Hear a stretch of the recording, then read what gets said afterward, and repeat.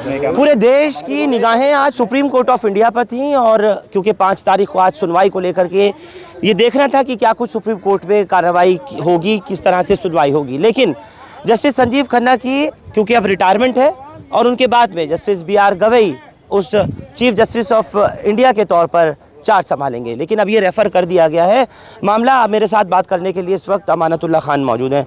अमानत साहब, आज जो कुछ कोर्ट में हुआ है, आपको क्या लगता है कि अब एफिडेविट जो सरकार ने दिया है उस एफिडेविट में तमाम बातें जो हैं वो बिल्कुल ही सत्य पर, सच्चाई पर ही आधारित है?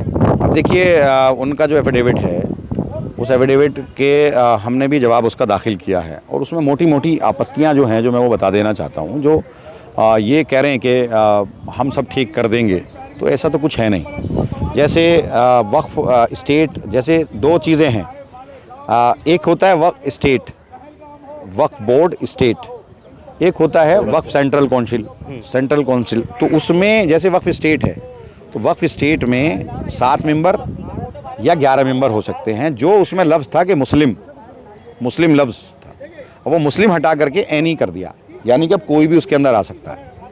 अब ऐसे, और पहले वो इलेक्टेड प्रोसेस था, अब वो नॉमिनेटेड प्रोसेस कर दिया। आप जनता से इलेक्टेड का छीन करके नॉमिनेटेड कर रहे हो। दूसरा, जो वक्फ नेशनल काउंसिल है उसके अंदर 20 मेंबर हुआ करते थे, 20 के 20 मुस्लिम थे, अब वो 20 की जगह 22 कर दिए, लेकिन 10 मुस्लिम कर दिए और 0 से 12 अदर्स कर दिए। वहाँ पर तादाद हमसे छीन ली। पहले तो वक्फ को कमज़ोर किया।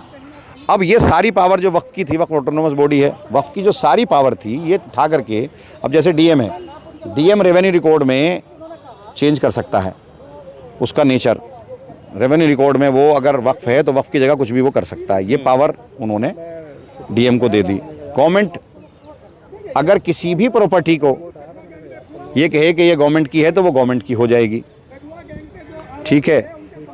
5वां ये है भाई कि अगर किसी प्रॉपर्टी पे डिस्प्यूट क्रिएट हो गया, वो कोई भी कर सकता है, तो वहाँ अगर नमाज हो रही है तो नमाज रुक जाएगी, जनाजा है, कब्रिस्तान है तो दफीना रुक जाएगा, और कहा जाएगा कि अब डॉक्यूमेंट लेकर आओ, वो तो वक्फ बाय यूज़र है।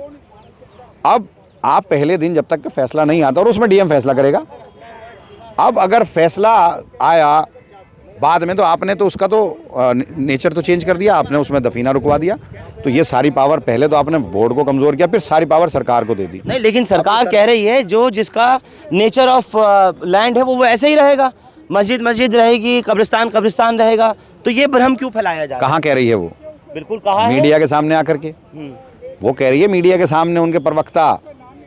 आप उनका एक्ट में तो नहीं कह रहे ना, जवाब में तो नहीं कह रहे ना। जवाब में तो हमने जो जवाब दाखिल किया है इनके एफिडेविट का, उसमें तो हमने यही कहा है कि भाई डीएम को ये सारी पावर आप क्यों दे रहे हो। सरकार अगर किसी भी कब्रिस्तान को कह दे सरकार की, तो सरकार की हो जाएगी वो। अगर डिस्प्यूट तो कोई भी क्रिएट कर सकता है। मस्जिद आज नमाज हो रही है, मस्जिद है, कोई भी कहे कि ये मस्जिद नहीं है जी, ये तो हमारी प्रॉपर्टी, तो डिस्प्यूट क्रिएट हो गया, आप नमाज रोक दोगे वहाँ पर, फिर फैसला आएगा ज़माने बाद, लेकिन आपने तो सब रोक दिया ना। लेकिन अमानतुल्लाह, ये तो एक आगे के हाइपोथेटिकल सवाल हो गया ना कि आप रोक दोगे, रुका नहीं है, रोक दोगे, हड़पा नहीं है, हड़प लोगे। अरे भैया, 123 प्रॉपर्टी में क्या किया इन्होंने? 123 प्रॉपर्टी में यही तो किया इन्होंने। लाल मस्जिद है, लाल मस्जिद में क्या किया? लाल मस्जिद के पीछे की दुकान, पीछे की प्रॉपर्टी कब्जा करके बिल्डिंग बना दी ना, माता सुंदरी रोड कर दिया ना। ये तो कर रहे हैं ना, एक थोड़ी है, तो बहुत सारे कर रहे हैं। आप वहाँ महरौली के अंदर जाओ, दिल्ली तो एक मिसाल है, मैं दिल्ली की बात कर रहा हूँ, दिल्ली का मैं चेयरमैन रहा हूँ, दरगाहें ले ली इन्होंने। अब जब मैं चेयरमैन था, हम एक भी केस नहीं हारे। हमने जो केस इन्होंने ले लिए थे नोटिफिकेशन गवर्नमेंट ऑफ इंडिया ने जारी करके, वो हमने जीत कर आए हाई कोर्ट से, हम अपने हक में लेकर आए। अब इनका अगर गवर्नमेंट के ख़िलाफ़ ही इनका चेयरमैन जाएगा, जा सकता है? जा ही नहीं सकता। अब मैं वहाँ से छोड़ करके आया, उसके बाद शाही ईदगाह का मसला आया। शाही ईदगाह की जो प्रॉपर्टी थी वो रेवेन्यू हमारे जो डिविजनल कमिश्नर है और जो सीओ है और जो वक्फ बोर्ड का जो अमला है, वो ये कहकर आए कि ये हमारी है ही नहीं, जबकि वो हमारी है। एफिडेविट दिया इन्होंने। तो जो हमारी प्रॉपर्टी है, गजट नोटिफिकेशन में सब कुछ है, सारे रिकॉर्ड में, जब आज वो कह रहे हैं तो कल जब ये कानूनी लेकर आ जाएंगे तो कैसे बचेंगी? यानी कुल मिला के सिर्फ और सिर्फ मीडिया में बैठकर कहानी है।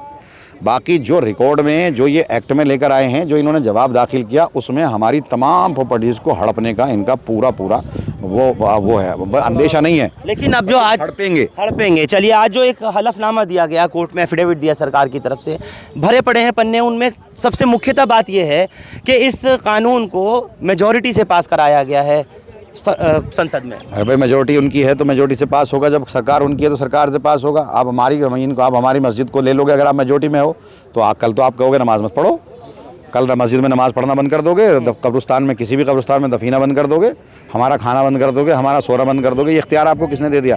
जब हमें कॉन्स्टिट्यूशन ने ये पावर दी है कि हम अपनी मर्ज़ी से अपने मज़हब पर चल सकते हैं और अपनी जो धार्मिक चीज़ें हैं, जो हमारी मस्जिद है, मदरसा है, उसको मैनेज, हमारे कब्रिस्तान है, उसको मैनेज करने की पावर हमको दी है और तमाम मज़हब के लोगों को दी है, तो हमें क्यों अलग कर रहे हो आप?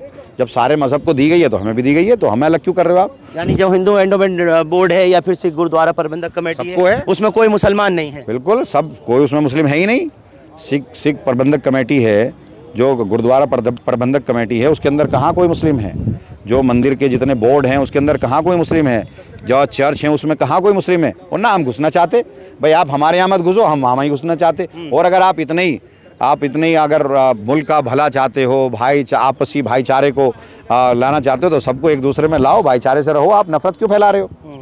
नफरत की राजनीति क्यों कर रहे हो? ठीक है अमानतुल्लाह साहब, एक चीज़ और बताइए, आज ये भी बात सामने आई कि वफ़ की जो जायदादें हैं औकाफ की, वो बढ़ती जा रही हैं।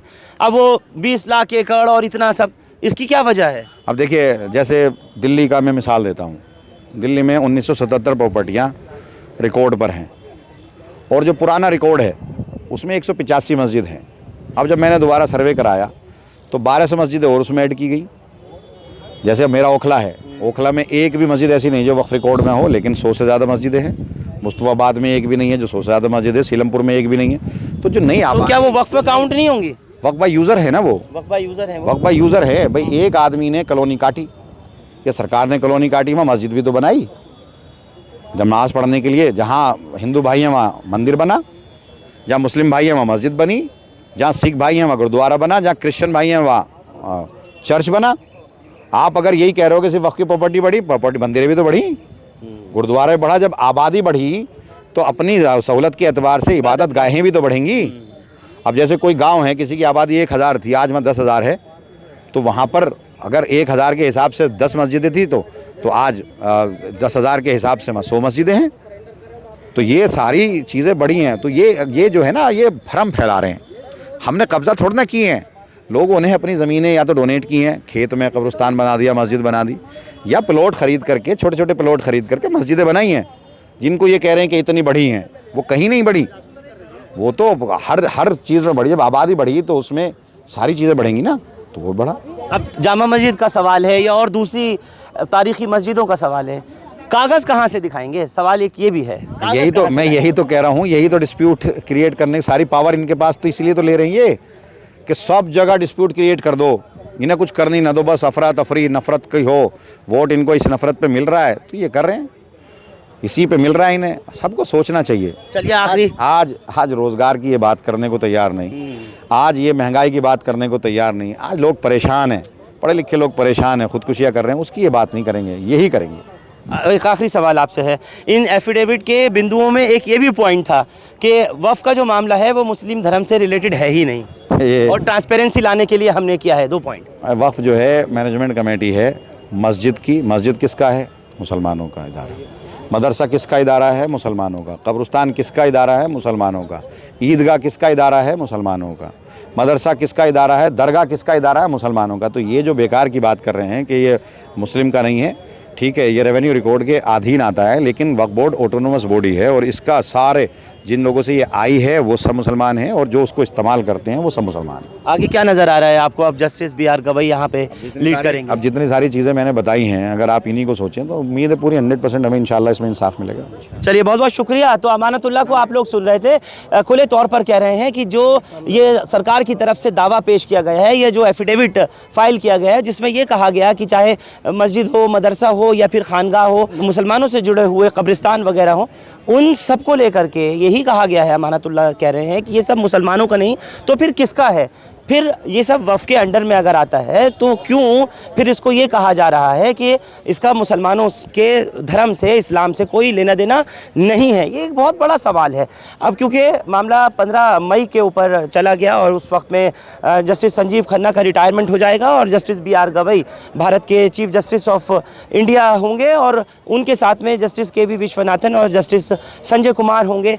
तब ये देखा जाएगा उस बेंच के ज़रिए कि आगे ये सुनवाई और कितनी चलती है और किन तथ्यों के आधार के ऊपर, और जो भी कुछ पेश किए गए हैं हक़ाइक़ और दलाइल और जो एफिडेविट वगैरह दिया गया है हुकूमत की तरफ से, मोदी सरकार की तरफ से, उसकी कितनी सत्यता है और ये मामला कहाँ तक जाएगा। बहुत बहुत शुक्रिया आप लोग हमारे साथ सुप्रीम कोर्ट ऑफ इंडिया से इस खबर पर जुड़े। हिंदुस्तान लाइव फरहान याहिया यूट्यूब पर सब्सक्राइब कर सकते हैं और क्लिक कर सकते हैं बेल आइकन हमारी खबर की पहली नोटिफिकेशन के लिए।